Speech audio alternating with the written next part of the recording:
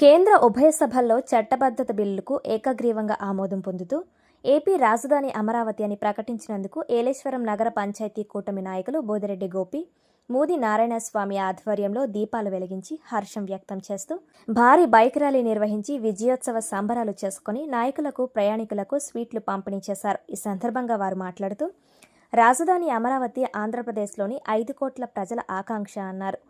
AP రాజధాని అమరావతిగా కేంద్ర ఉభయ సభల్లో చట్టబద్ధత బిల్లుకు ఏకగ్రీవంగా ఆమోదం పొందినందుకు ఏపీ ప్రజల చిరకాల కోరిక నెరవేర్చిన ముఖ్యమంత్రి చంద్రబాబు నాయుడుకు, డిప్యూటీ సీఎం పవన్ కళ్యాణ్, మంత్రి నారా లోకేష్లకు రాష్ట్ర ప్రజల తరపున ప్రత్యేక కృతజ్ఞతలు తెలిపారు. ముఖ్యమంత్రి చంద్రబాబు నాయకత్వంలో కూటమి ప్రభుత్వం అసెంబ్లీలో అమరావతిగా నిర్ణయిస్తూ ఏకగ్రీవంగా తీర్మానం చేసి పార్లమెంట్లో, రాజ్యసభలో ప్రవేశపెట్టడం వలన ఈరోజు అమరావతి రాజధాని చట్టబద్ధత బిల్లుకు ఆమోదం పొందడం తెలుగు ప్రజలుగా ఎంతో సంతోషంతో గర్వపడుతున్నామన్నారు. అందుకు ప్రధాన కారకులైన ప్రధాని మోడీ, హోంమంత్రి అమిత్ షా సహకారం, ముఖ్యమంత్రి చంద్రబాబు, డిప్యూటీ సీఎం పవన్ కళ్యాణ్, మంత్రి నారా లోకేష్ ప్రత్యేక చొరవ తీసుకోవడంతో ఇది సాధ్యమైందని పేర్కొన్నారు. మద్దతు తెలిపిన ప్రతి ఒక్కరికి ఈ సందర్భంగా కృతజ్ఞతలు తెలిపారు.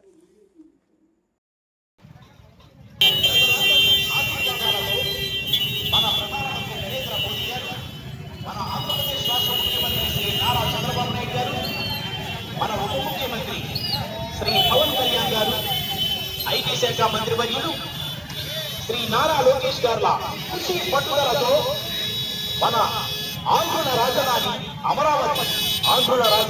అమరావతిగా బిల్లు పాస్. అందరికీ నమస్కారం. మరి మా ఆంధ్ర అభిమాన నాయకురాలు, గౌరవనీయులు, ప్రతిపాటి శాసనసభ్యురాలు శ్రీమతి దొరపల సత్యప్రభరాజు గారి ఆదేశాల మేరకు మరి ఈరోజు మరి ఆంధ్ర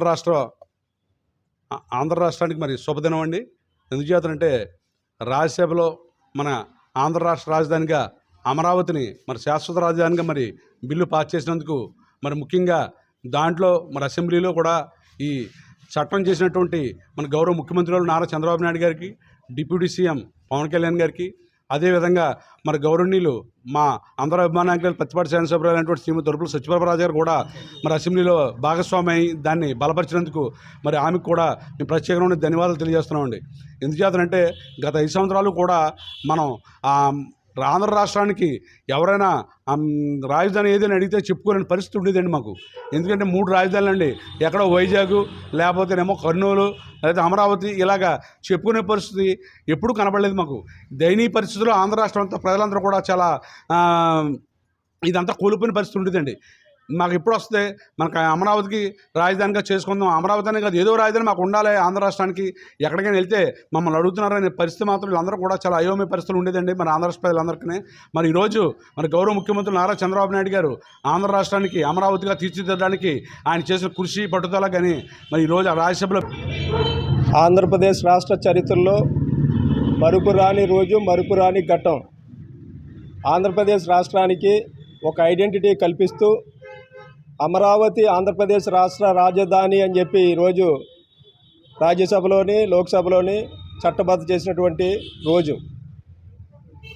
ఇటువంటి కార్యక్రమంలో ఎన్డీఏ కూటమి భాగస్వామ్య పక్షాలైన బీజేపీ, టీడీపీ, జనసేన పార్టీలు మరియు దేశంలో ఉన్నటువంటి ఇతర పక్షాలు కూడా ఈరోజు ఈ బిల్లుకి మద్దతు ఇచ్చి ఆంధ్రప్రదేశ్ పట్ల వాళ్ళకు ఉన్నటువంటి ప్రేమాభావాలను చూపించడం జరిగింది.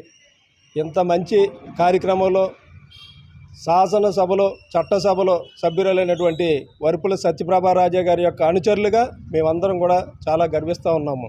ఇంత మంచి కార్యక్రమంలో మేము భాగస్వాములు అయ్యామని చెప్పి. తెలుగోడి ఆకాంక్ష ఏదైతే ఉందో 5 కోట్ల ప్రజల ఆకాంక్ష అమరావతి రాజధాని. అమరావతికి ఎంతో చరిత్ర ఉంది. దేవతల రాజధాని అని చెప్పి గొప్పగా చెప్పుకునేటువంటి చరిత్ర అమరావతిది. అటువంటి అమరావతి రాజధానిని గత ప్రభుత్వం, గత పార్టీ 3 ముక్కలాటలాడుతూ రాజధాని లేని రాష్ట్రంగా 5 సంవత్సరాలు ఇబ్బందికరమైనటువంటి పాలన చేసినటువంటి పార్టీ ఈరోజు చట్టసభల్లో బిల్లు అవుతూ ఉంటే వైఎస్ఆర్సీపీ పార్టీ అధ్యక్షుల వారు జగన్మోహన్ రెడ్డి గారు, మీరందరూ కూడా మీడియాలో చూసే ఉంటారు, మావి గన్న అని చెప్పి కొత్త నినాదం. మొన్నటి వరకు ఆయన అధికారంలో ఉన్నప్పుడు 3 రాజధానులు